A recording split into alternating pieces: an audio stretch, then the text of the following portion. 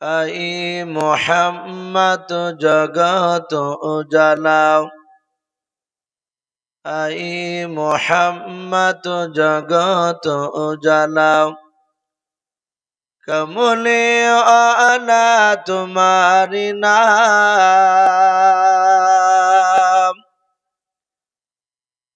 এ মক্কাতে তোমার নামের ডঙ্কা। হযরত ওয়ালা তোমারি নাম, মদিনা ওয়ালা তোমারি নাম। ইতিম হয়ে আসলেন ভাবে, ইতিম হয়ে আসলেন ভাবে। আলামিন ও উপাধি তোমারি নাম, এই দুনিয়াতে তোমার নামের ডঙ্কা। হযরত ওয়ালা তোমারি নাম, মদিনা ওয়ালা তোমারি নাম। ইতিম হয়ে আসলেন ভাবে, ফকির দরবেশ বাদশাহ গণের গলার মালা তোমারি নাম। কিয়ামতে তোমার নামের ডঙ্কা। হযরত ওয়ালা তোমারি নাম, মদিনা ওয়ালা তোমারি নাম। আই মুহাম্মদ জগত উজালাও, কমলে আলা তোমারি নাম। এ পৃথিবীতে তোমার নামের ডঙ্কা। হযরত ওয়ালা তোমারি নাম, মদিনা ওয়ালা তোমারি নাম। ভাই, প্রথমে চা খাতে গিয়ে দুরুদ কিন্তু সবাই পড়েননি। আল্লাহর নবী জনাবি মুহাম্মদুর রাসূলুল্লাহ সাল্লাল্লাহু তাআলা আলাইহি ওয়াসাল্লাম মসজিদে নববীতে সাহাবাদেরকে নিয়ে, আল্লাহ রসুলের সাহাবারা এইভাবে কিন্তু বাবজি বসেছিলেন না, তারা জমাট বেঁধে সুন্নাত তরিকায় বসেছিলেন। রহমতের নবী মিম্বারে বসে এভাবে দুটো আঙুলকে জোড়া করে ধরলেন। আল্লাহর নবী বলেন, ওগো সাহাবায়ে কেরাম, তোমরা কি আমার? আল্লাহর নবী ডাক দিয়ে বলেন, ওগো সাহাবারা, তোমরা আমার এই দুটো আঙুল কি দেখতে পাচ্ছ? সাহাবারা বলেন, নবী, আমরা আপনার আঙুল দুটো আমরা দিব্যে দেখতে পাচ্ছি। রহমতের নবী বলেন, সাহাবারা, এই আঙুল দুটো জোড়া হয়ে আছে না ফাঁকা হয়ে আছে, তোমরা বলো। সাহাবারা বলেন, নবী, আঙুল দুটো ফাঁকা হয়ে নাই, আঙুলে আঙুলের সঙ্গে জোড়া লেগে আছে। দরদি নবী আমার বাম হাতে একটা এত বড় কাঠের টুকরা নিলেন। কাঠের টুকরা নিয়ে বলেন, সাহাবা, এই কাঠের টুকরাটাকে দুই আঙুলের ফাঁকে রাখা যাবে, ওই রকম কি ফাঁকা আছে বলো? সাহাবারা ডাক দিয়া বলেন, নবীজি না, আঙুল দুটো জোড়া হয়ে আছে, কাঠখানা রাখার মতো আপনারও ফাঁকা জায়গা নাই। আল্লাহর নবী বলেন, গো সাহাবা,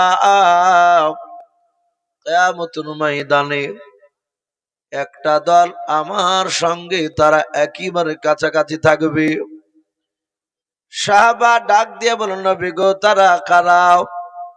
আল্লাহর নবী বলেন, গো সাহাবা, যারা দুনিয়ার বুকে আমার উপরে দরুদ পড়বে বলুন সুবহানাল্লাহ।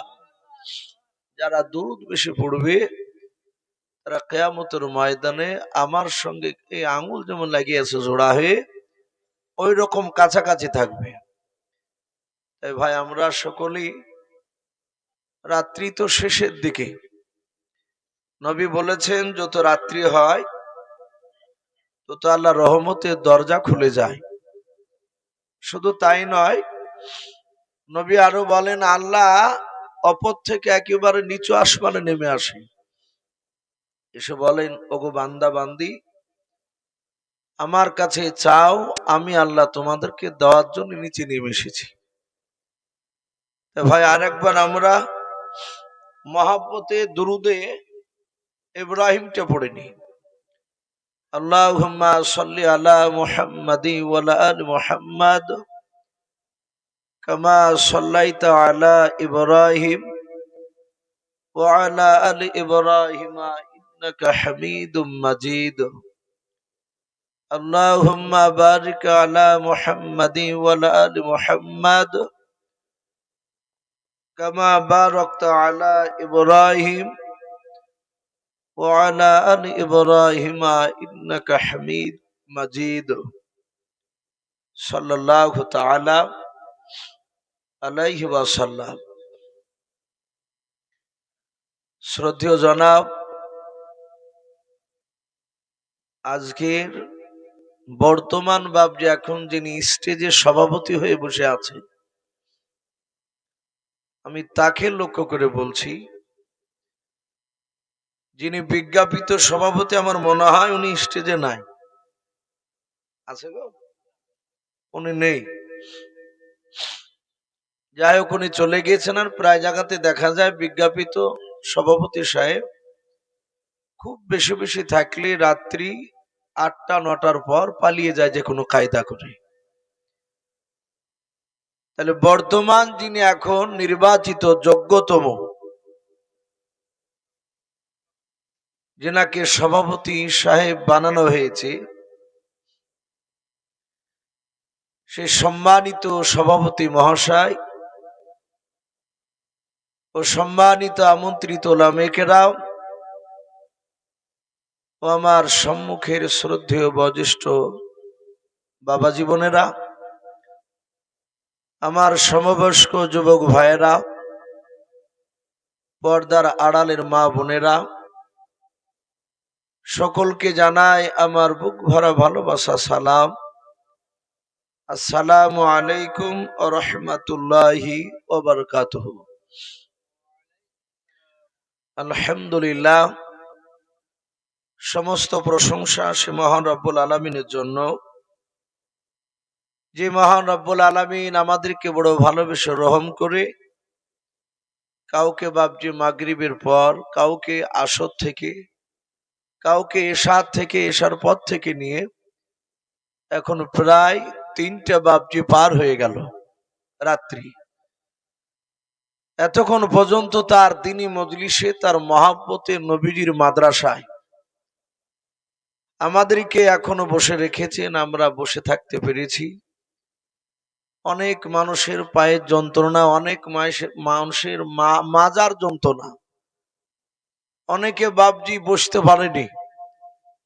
আল্লাহ রাব্বুল আলামিন আমাদেরকে এখনো যে সুস্থভাবে বসে রেখেছি, তাই আমরা সকলে রব্বুল আলামিনের দরবারে শুকরিয়া স্বরূপ আদায় করে বলুন আলহামদুলিল্লাহ।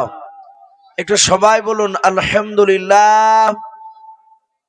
তারপরে পরে আপনার আমার নবী, যিনি ধর্মের গুরু, বিশ্ববরণ্য নেতা, মা আমিনার লাল হযরত আব্দুল্লাহ কলিজার টুকরা, যিনি হাবিবে কিবরিয়া, আশরাফুল মাখলুকাত, শ্রেষ্ঠ মাখলুক, সাইয়্যিদুল মুরসালিন ওয়া খাতামান নবিয়্যিন, জনাবে মুহাম্মদুর রাসূলুল্লাহ সাল্লাল্লাহু তাআলা আলাইহি ওয়াসাল্লামের উপরে অগণিত দরুদ ও সালাম বর্ষিত হোক, বলুন আল্লাহুম্মা আমিন। বাবজি আমার সোনা লালেরা, আমি আপনাদের সম্মুখে কোরআনুল কারীম থেকে প্রথম যে আয়াতটা তেলাওয়াত করেছি, ইন্নাকা লাআলা খুলুকিন আযীম, এটা কোরআনের আয়াত। আপনারা মানে বুঝতে না পারলেও স্টেজে বাবজি এক গাদা উলামায়ে কেরাম বসে আছে, ওনারা মানে মতলব সবই বুঝেন। আল্লাহ কোরআনে বললেন, ইন্নাকা লাআলা খুলুকিন আযীম, নিশ্চয় আমি অতি উত্তম চরিত্রের অধিকারী করে আমার রাসূলকে পাঠিয়েছি দুনিয়ায়। বলুন সুবহানাল্লাহ। এই ভাই, ওই গেটের ওখানে ভাবে দাঁড়িয়ে না থেকে ভাই একটু আসো না ভিতর দিকে। ওই দেখ আরেকজন কাকে ইশারা করে ডাকছে। যাই ভাই, দাঁড়িয়ে থাকাই ভালো ছিল কেন মনে হয়, তো মনে হয় এমন ভাবে দাঁড়িয়েছে মনে হচ্ছে মস্তান দাঁড়িয়েছে ভাই। যাক, আল্লাহ ভাইটাকে কবুল করুক, বলুন আল্লাহুম্মা আমিন। তো ভাই, আমি বলছিলাম যে আমাদের বিশ্ব নবী সারা পৃথিবীর মধ্যে শ্রেষ্ঠ রসূল, শ্রেষ্ঠ মহামানব, নবীর মতো চরিত্রবান পৃথিবীতে বাবজি কেউ আসেও নি, আগামীতে কিয়ামত পর্যন্ত হবেও না। আমরা এখানে বাবজি বসে আছি, আমাদের কার আব্বা মা দাদা দাদি অনেকে চলে গিয়েছে। এখানে অনেক যুবক হয়তো থাকতেও পারে যে তাদের মা নাই, সে কোরআন হাদিস বুঝতে না পারলে এতটুক বাবজি আশা নিয়ে বসে আছে, একটু দোয়াতে শরীক হব যেন আমার আব্বা মা আমার আত্মীয় স্বজন কবরে আযাব যেন মাফ করে দেয়।